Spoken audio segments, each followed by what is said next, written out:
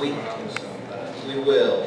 Why don't we go ahead and do the Inspector General? That's just a quick update from Tim, because we just, y'all may not know, we had one report completed and we're in the process of doing another one. And there's a lot that's been happening on that front.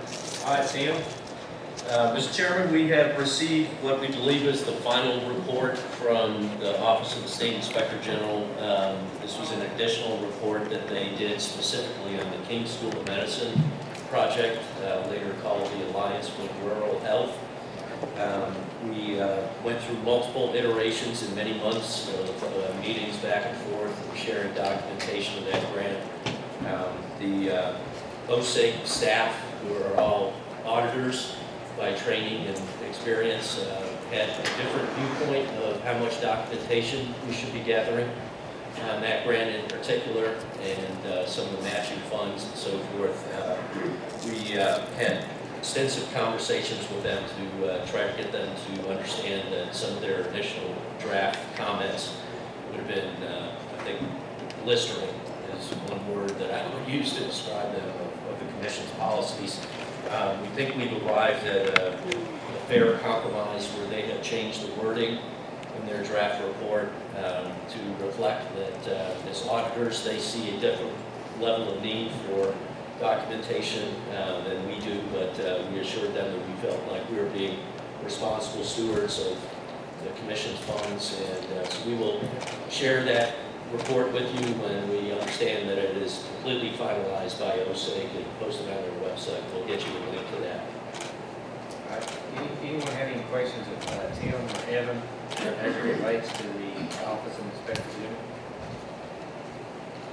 All right. Now we'll move into the BDU update, and I would suggest that we go into executive session to discuss this. Yes. Oh, okay, let's do the rest. Okay, that's fine. We'll come back to that. The strategic plan revision, Evan? Yes, Mr. Chairman, we have really two things to do. The first is, we actually will have to lead out a motion on this. We had a lot of difficulty scheduling this meeting. I know we had a back and forth with a number of y'all about that. And we were very constrained. You know, I take some responsibility. I think folks know I was traveling recently, and that was not optional. I have a boss to whom I report a little more vigorously than y'all. I could have done all sorts of stuff. I did.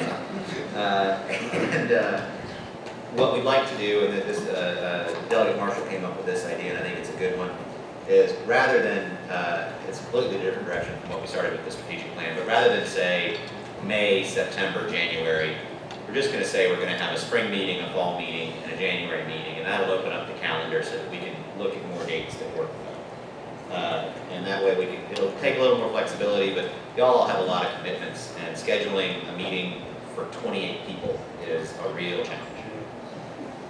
So if the staff would really appreciate a motion to that effect. So, motion is second. Any more discussion?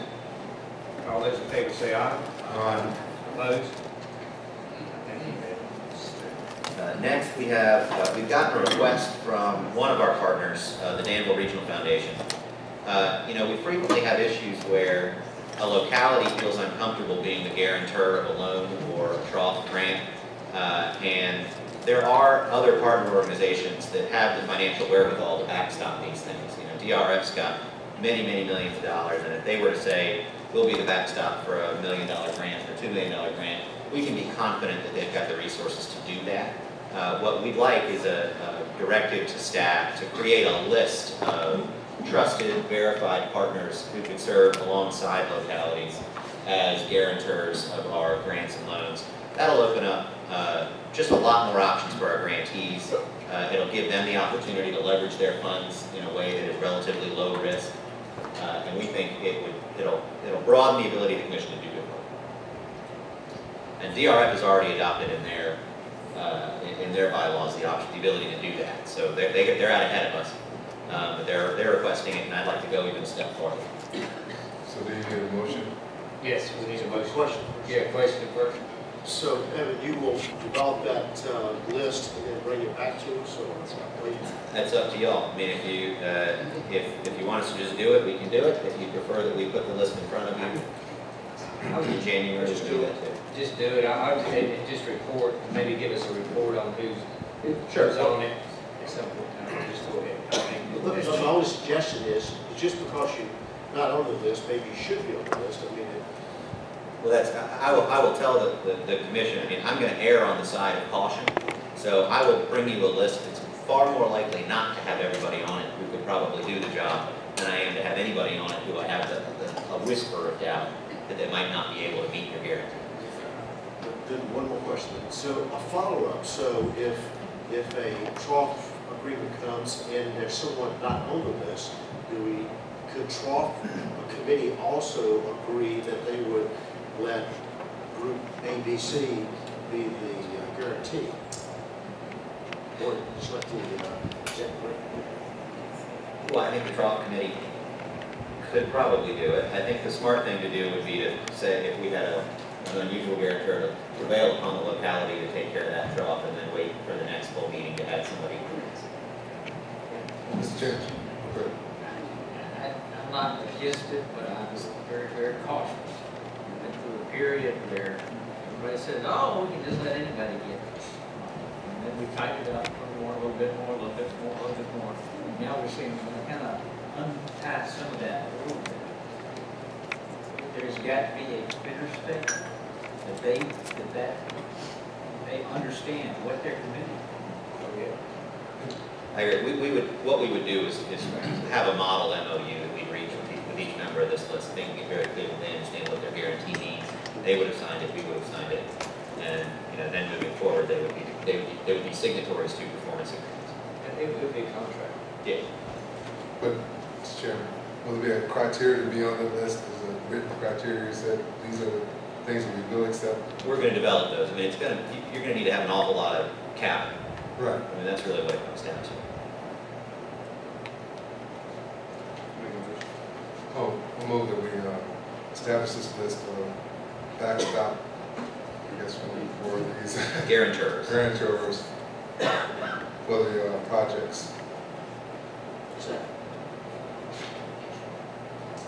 Any more discussion?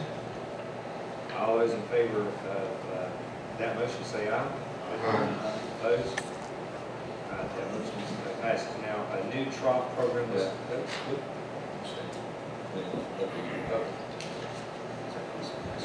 oh, yes. Southwest Vice Chair, I'm going to appoint Kathy Lowe to be the Vice Chair of the Southwest Economic Development Committee. Okay. We did that. Okay. Moving on, we have, okay, the SIPS router. Have an update on that. Yeah, so Delegate Marshall asked that I update the executive committee regarding a piece of equipment that we purchased in partnership with UVA. It's a 5-way router. It's a pretty expensive and significant piece of equipment. It sat idle for a long time. We worked for a long time to try to figure out the right way to dispose of this asset and get our money back. As a longer-term project, we're working on asset tracking for all of it. And Deputy Director Piper's doing yeoman's work trying to come up with a system by which we can track all the assets that we purchased across the whole region. In the meantime, we did this on an ad hoc basis. We found a Georgia company, SIPS Team USA, that wants this router, and we've agreed to sell it to them for $100,000, and then they're paying to transport it and set it back up. And we anticipate closing on that deal by the end of the month. From our proceeds, we're going to need to pay some back rent to the gentleman whose property this big piece of equipment's been sitting in for a number of months, but he's going to be very reasonable with that. So this was an R&D project that goes with us. Is that right? We have a number of different grants that haven't gone as well as they expected. Yeah, I believe this one was R&D, but I think Sarah. It was R&D. Yeah. But in this instance, we got a good return on our for this piece of equipment, and we got it out of somebody's property who never had anything to do with the grant and was pretty good about letting an awfully big piece of equipment sit there without, any agreement with us. Yes, sometimes. How this happened is somebody in Danville came to see me, and his company was trying to be sold. He says, this piece of equipment here, he's trying to sell this to me. I said, wait a minute, he didn't know that. And, going back to what Evan said, sometimes we're not always successful. We're out there swinging and trying to make base hits, but sometimes it doesn't always work. But that's the nature of economic development. So, And when we can return value to the commission from those grants, that's a really good outcome. right. All right. Next is the new truck program discussion. This is merely by way of updating, and if the executive committee wants to direct us differently, they can. Folks are aware that I asked for the flexibility to offer up to 150% of the trough formula in the form of a loan. The way that's broken down in response to sort of people's interest has been to sometimes do a larger loan amount, but sometimes do a grant in the 100% and then go up the additional 50% itself just as a loan. There was some confusion among commissioners as to whether or not we had said we only either do the 100% grant or 150% entirely as a loan. It's been our experience that some grantees and potential grantees are more interested in the flexibility, so that's the way we've been interpreting it. If that's not the direction the committee wants us to go, we can certainly hold out that.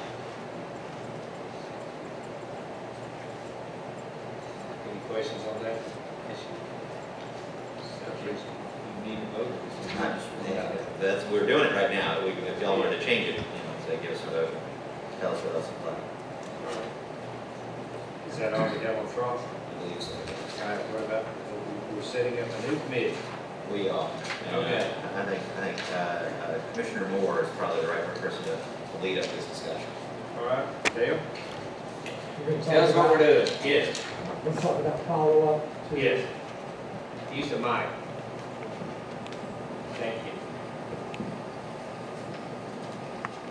The discussion was, how do we follow up on grants that's been awarded? And talking to Evan, setting up a group or a small committee to start following up on some of these grants. And it would not be like the policeman. It would be more, find out how we're doing, what we can do to help them to make sure that the grant recipient is successful with the grant. And so that's, And what we sort of envision calling it is the business support committee. And, we've had some folks who have good experience in business generously volunteered to already be on it. Don Merritt, John Cannon, and Kathy Lowe have all agreed to be some initial members. If there's anybody else who'd like to get involved in the committee, please do let Chris Piper know, and he'll communicate that to us and get you hooked up to the effort. Initially, we're looking at finding 12 current or former grant recipients who maybe could benefit from a little seasoned business experience. And we'll set up scheduling opportunities for some or all of the committee to go out and see what they can do to help them along. And that's the idea. It's a way for us to do good for our grantees and past grantees without necessarily spending money. And that's something I'm always on the hunt for. That's good. All right. You need it. Need a motion to form the new, what are we going to call the new committee? We're going to create the committee, you should say. Okay, we're going to create the new committee, and we'll have to come up with a name for it, other than the Dale Moore committee. I'll have to figure out something. We'll figure it out, though. We'll create it, and Dale will lead that for us. We appreciate it. All right. And next, we need to go into executive session. Okay.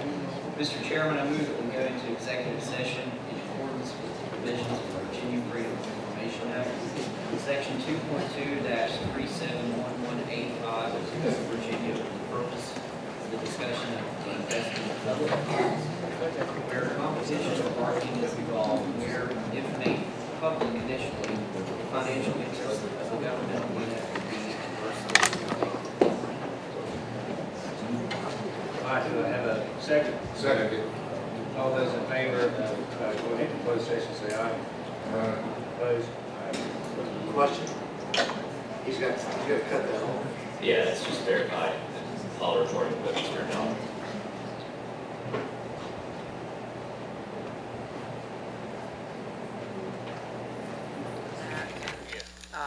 Our statement of revenues. I know we'll be doing our budget next year. But prior to that, I just wanted to make a request that, that you would get together with the executive director and just kind of look at some of the compensation of the personnel that we have.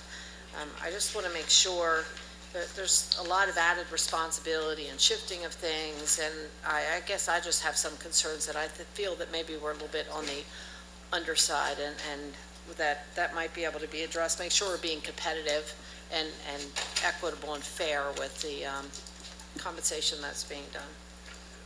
Well, I'll do that. Thank you. Thank you. All right, any other comments? Anybody else? I'm hearing none. The executive committee is hereby adjourned, and we're going to start the commission in just as soon as everybody get up here. All right, You'll be back. I have to get it, so. all right. We're going to. I think we're past time. We are, yeah. Okay. I just don't have any. I'm gonna go ahead. Welcome y'all, and thank you to Wise and the Wise Inn here for hosting us. It's been a great event, great venue for us here on the Tobacco Commission. We do have a new member with us, Secretary of Agriculture and Forestry, Basil Good. Thank you, Mr. Secretary, for coming. We appreciate it. Look forward to working with you. And I usually tell everybody they have to tell us why they wanted on this committee, but I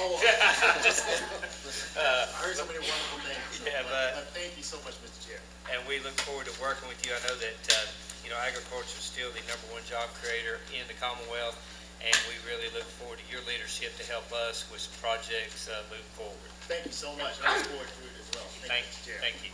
We also have a new staff, Michelle Fairclough. Where's Michelle? Michelle, welcome to the commission. We look forward to working with you. I know that you're working most in the South Side, I believe. And so you folks in South Side need to get to know Michelle. Last time, we forgot to introduce Jesse Stamper. Where's Jesse? Over this way. Okay, Jesse, we forgot to introduce you last time, so sorry about that. We're introducing you now. And finally, one of our members here on the commission has a birthday today, Kathy Lowe. Kathy, happy birthday. We're glad that you decided to spend your birthday with us. I thank the commission for having a birthday party. Right. Hey, we got chips and snacks outside for your birthday. All right. Evan, can you call the roll? I can, Mr. Chairman. Would you like me to? Yes. All right. Ms. Parks. Here. Secretary Brown. Delegate Byron. Here. Mr. Cannon. Here. Senator Carrico. Here. Senator Chafin. Here. Ms. Coleman. Here. Thank you. Delegate Edmonds. Secretary Good. Here. Ms. Gould. Mr. Harris. Here. Ms. Carter. Here. Mr. Howell. Delegate Kilgore. Here. Ms. Lowe. Here. Delegate Marshall. Here. Mr. Meredith. Here. Mr. Mills. Mr. Montgomery. Present. Mr. Moore. Here. Delegate Moorfield. Here. Mr. Owens. Here. Senator Ruff. Here. Mr. Shell. Here. Mr. Spires. Here. Senator Stanley. Here. Mr. Sutherland. Here. Delegate Wright. Here. You have a pretty good quorum today, Mr. Chairman. All right, do I have a motion that we approve the 5/24/16 minutes? So moved. All those in favor of approving those minutes, say aye. Opposed? Those minutes are approved. We have a report, we have one motion from the executive committee, is that correct, Senator Ruff? That's correct.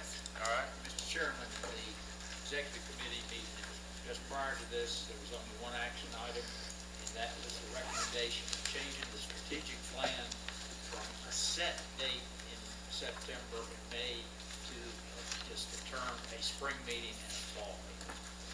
and I would so move. Second. All right, and the reason we're doing that is It because. gives us more flexibility in setting schedules. All right. So do I have we have a motion and a second. Any more discussion on that motion? All those in favor of adopting the motion of the executive committee, say aye. Aye. Opposed? All right, that motion carries.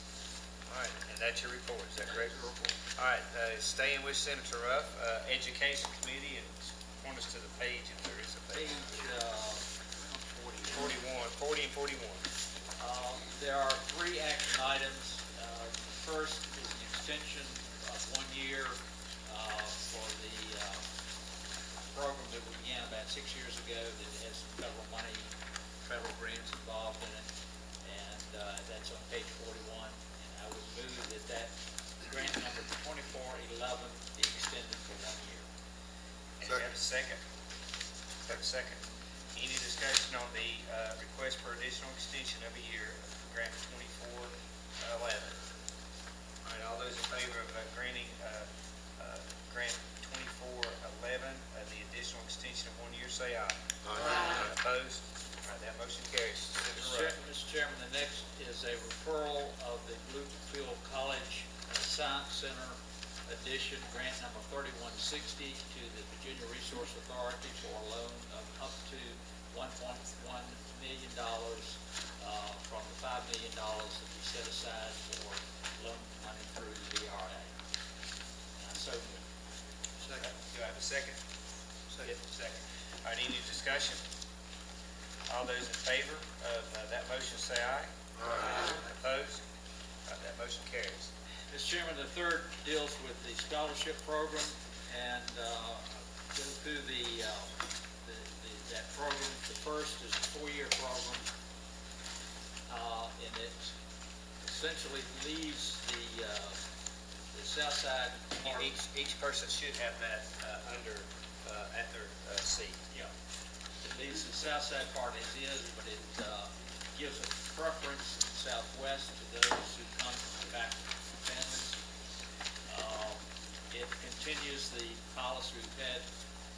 The priorities are those of the juniors and seniors who have declared a major in science or STEM programs, including the community college transfers, with the same stipulation on the southwest farm families.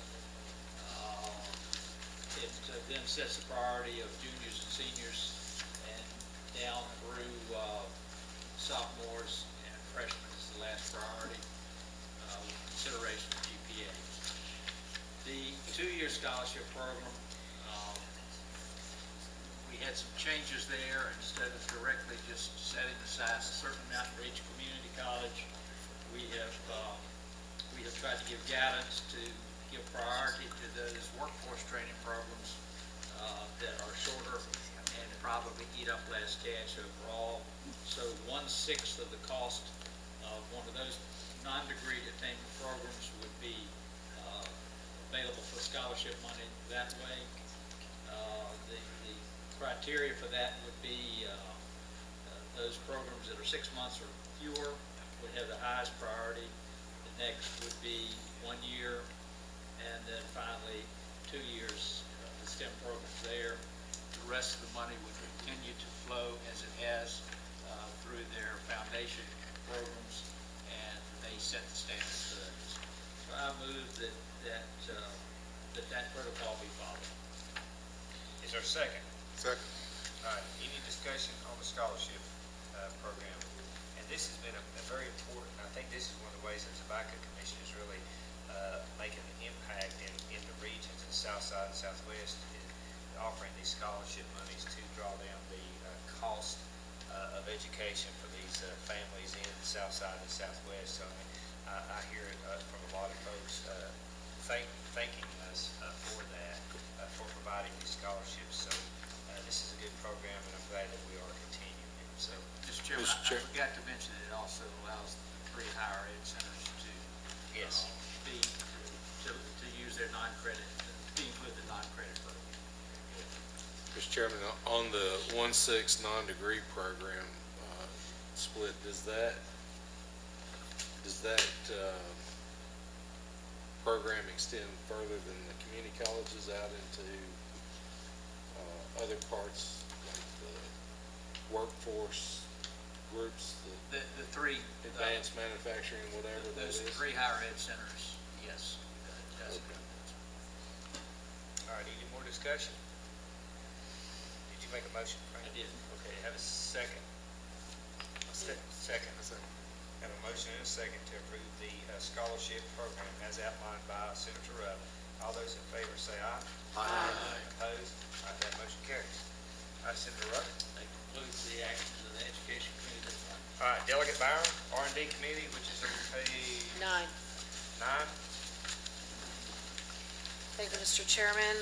The committee met this morning, and the committee recommends approval, starting off with 5 grants, number 3207, 3208, 3210, 3211, and 3213, totaling $4.635 million as shown in the addendum of your book. And I so move. Second. All right, any discussion? Anyone need to move any of those from the block? All right, all those in favor of 5 grants in the motion, say aye. Aye. Opposed? All right, that motion carries. Okay, the committee further recommended approval of a $1 million grant to VTT, grant number 3209, found in the addendum of your book, with the recommendation that the company return in 1 year for consideration of an additional $1 million grant or loan. They were originally asking for $2 million. And I so move. All right, do I have a second on that one? Second. All right, any discussion? Mr. Chairman, did you add that this provision is not coming back? Yes. That's okay. Yes. He just woke up. Go ahead. All right, any more discussion? All those in favor of 3209, $1 million? Is that correct? Yes, with the invitation to return in a year. Invitation to return. All those in favor say aye. Aye. Opposed? Abstain. Abstain. Okay, one abstention. All right, Okay, Mr. Chairman, the committee recommended approval of a $1 million grant to Micronic Technologies Grant 3212, and that was, that's found in the addendum of your book, subject to conditions of matching the commission's grant amount and successful deployment of pilot field studies promised in phase 1. And then they also have the invitation to return in 1 year for the remaining balance that they requested, which I apologize, I don't have in front of me. $99,750. Thank you. And I so move. All right, second. Motion and a second, subject to the conditions that were outlined by Delegate Byron. All those in favor of grant 3212 to Micronic, to Southwest Virginia Higher Education Center for the Micronic Technologies Waterfield, say aye. Opposed? That motion carries. And then the committee recommends an extension for grant number 1840, as shown in your book, to Appalachia American Energy Research Center through December 31, 2016, for the use of the final $66,116.84 remaining in the 2015 budget revisions. No further extension is recommended for the remainder of the $259,951.21, and the funds will be deobligated and returned to the R&D program budget. And I so move. Second. All right. Any more discussion? All those in favor say aye. Aye. Opposed? That motion carries. Thank you. And I believe that completes R&D, with the exception that we are going to be, we did a motion to approve the SBIR process that was given to us by staff. And that is also found in your book, and I so move. All right, and then second. We have a motion motion and a second to So approve I that should- process. All those in favor say aye. Aye. Opposed? All right. We also discussed the SBIR grant process and opening up applications for that until some date to be announced in February to review anyone that comes forward for the SBIR grants. So when, just to look for that on the. Yeah, we don't need a motion for that. Just look for No, that just on the announcing that. And we also had a tour yesterday, which everyone that was here was able to go. Really enjoyed two of the R&D projects that we funded in the past, so that was great. That completes my report. Thank you. Delegate Wright, Southside Economic Development Committee, I understood he had the record time for a subcommittee meeting yesterday. Yes, Mr. Chairman, I hope the same will be true today. We had an out-of-cycle meeting yesterday, wasn't scheduled, but we considered two items that were of importance. The committee is on page 6, and the grant number is 2187. The committee recommended approving $142,000 of additional funding for Mecklenburg County Shell Building Project. And I would move that that grant be approved. Sorry, grant number 2817, move that we add $142,000, is that correct? Correct. All right, got a motion and a second. All those in favor say aye. Aye. Opposed? That motion carries. Also, Mr. Chairman, on page 7, the committee recommend approving an extension of 1 year to January 2018 for the approved use of $180,000 for the center feasibility study of the Mecklenburg Correctional Center. And the committee recommend approving, and I would so move. Second. Have a motion and a second. Any discussion on extending the 1 year time extension? All those in favor say aye. Aye. Opposed? That motion carries. And that completes the report. Thank you, Delegate Wright. Senator Carrico, Southwest Economic Development. Page 21 and 22 of your books, these are recommendations of approval of 8 grants totaling $2,880,920.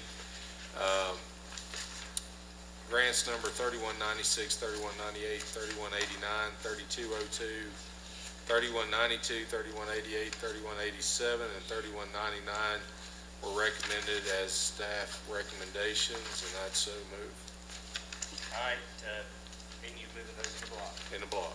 All right, anybody need any of those taken out of the block? All right, do I have a second? Second. All right, have a motion and a second. Any discussion on those grants as listed by Senator Carrico and found on page 21 and 22? All those in favor say aye. Aye. Opposed? That motion carries. On page 22, the committee recommended approval of grant 3185 for $250,000 contingent upon Falls Mills Adult Daycare raising $250,000 matching funds, and I'd so move. Have a second? Second. All right, have a second, motion and a second for grant number 3185, Falls Mills Adult Daycare,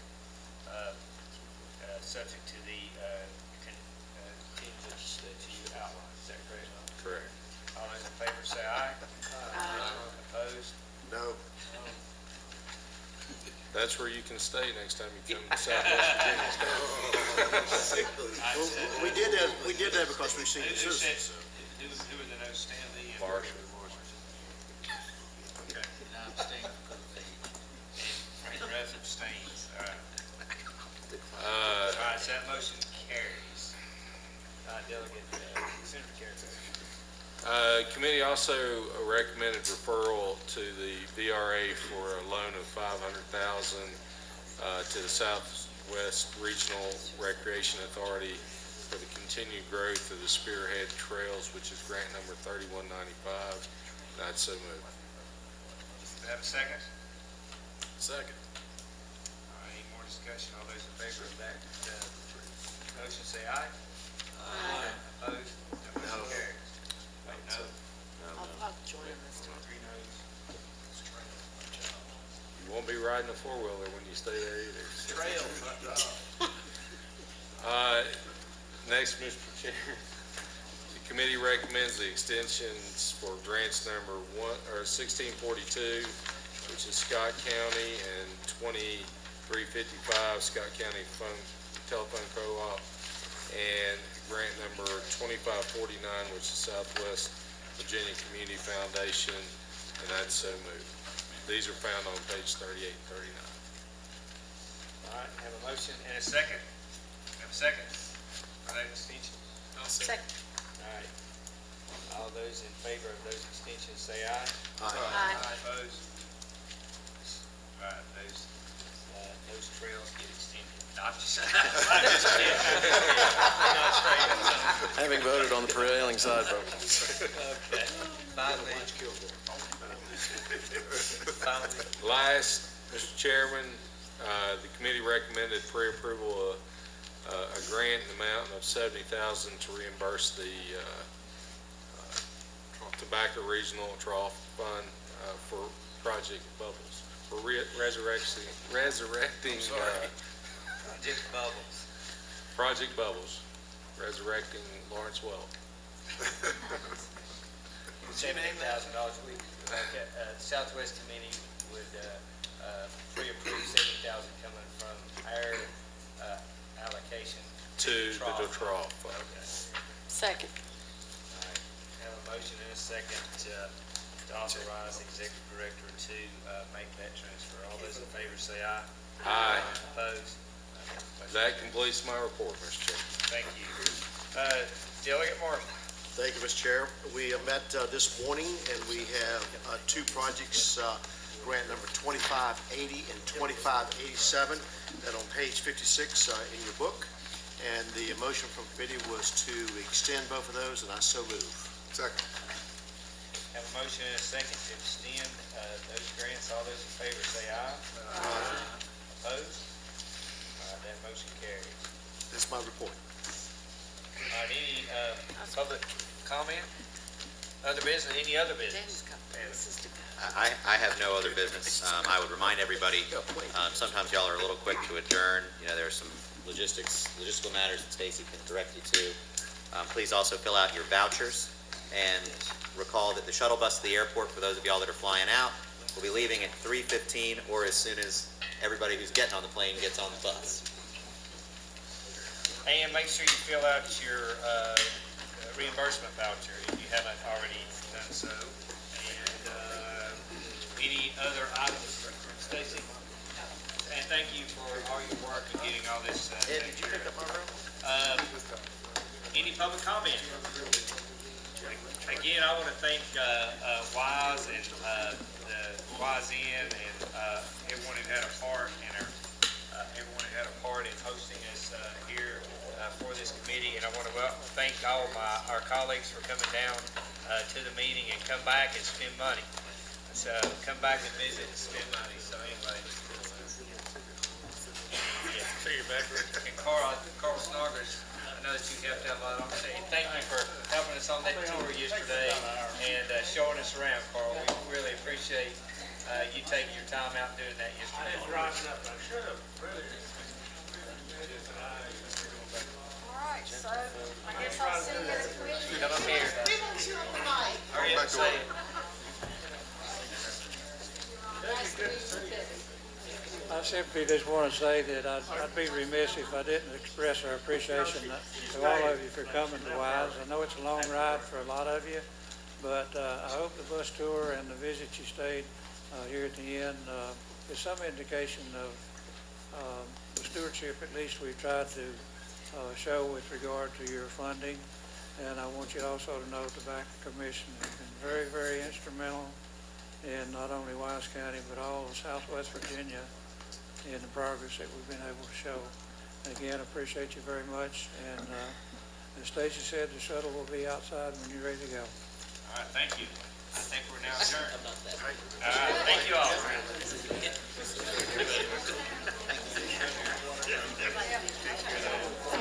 So that's